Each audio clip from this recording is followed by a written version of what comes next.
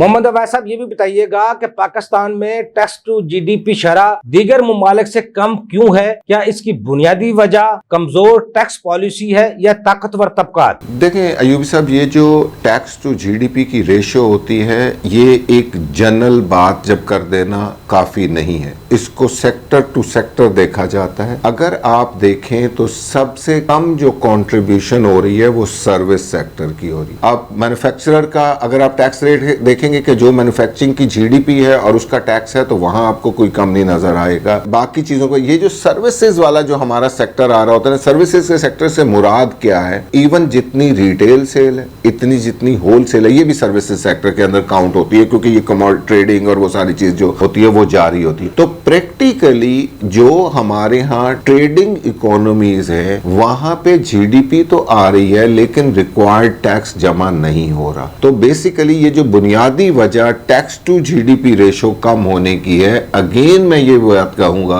कि उसमें एक बहुत बड़ा सेक्टर है जो टैक्स नेट से बाहर है। आपको भी पता है, लाहौर में बैठे हैं, मैं मार्केट्स गिनवाने शुरू करूं, जरा आप जाएं शाह आलम मार्केट में चले जाएं, आजम क्लॉथ मार्केट में चले जाएं, ब्रांडेड रोड पे चले जाएं, जाके देखें कितने का कारोबार हो रहा है, और किसी एक को कहें कि जरा मुझे टैक्स वाली रसीद बना दे। आप 50 लाख की भी वहां से जाके ब्रांडेड रोड से पार्ट खरीदेंगे तो वो टैक्स की रसीद देने को तैयार नहीं है। तो व्हाट डज दिस मीन? क्या ये नो गो एरियाज हैं? वहां टैक्स वाला जा नहीं सकता, एंटर नहीं हो सकता? क्या वजह है कि वहां पे नहीं जा सकता? इसी तरह आप तमाम मार्केट्स उठाएं, चीजें उठाएं, आपने भी सुना होगा कि रिटेल के लिए शायद कोई सिंप्लीफाइड स्कीम लेके आ रहे हैं, कोई चीजें आ रही हैं। देखिए, जब तक आप रिटेल को सिंप्लीफाइड स्कीम नहीं देंगे, उस वक्त तक रिटेलर आपके टैक्स नेट में नहीं आएगा, क्योंकि टैक्स नेट में ना आने की वजूहात भी जानने की जरूरत है कि हो क्या रहा है यहाँ पे। यानी टैक्स देने वाला वो मसाइल का शिकार हो जाता है। जब आप रिटर्न फाइल कर देते हैं तो कभी ऑडिट खुल जाता है, कभी वेरिफिकेशन खुल जाती है, कभी कोई भी आप ईमानदारी से 100% रिटर्न फाइल कर दें, आपका असेसिंग ऑफिसर आपकी बात ही नहीं मानता। वो कहता है नहीं नहीं, ये तो मैंने इतना बढ़ाना है, मैंने इतना एडिशन करना है। तो लोग कहते हैं कि अच्छा यार, वो लोग खुश हैं जो बाहर बैठे हुए हैं, जो टैक्स नेट के अंदर नहीं है, तो वो चीजें। तो जब तक आप एक एनवायरमेंट नहीं क्रिएट करेंगे, चीजें नहीं करेंगे, लोगों को प्रॉपरली फैसिलिटेट भी नहीं करेंगे, उस वक्त तक ये टैक्स टू जीडीपी रेशो ये कागजों की हद तक, नंबर्स की हद तक है।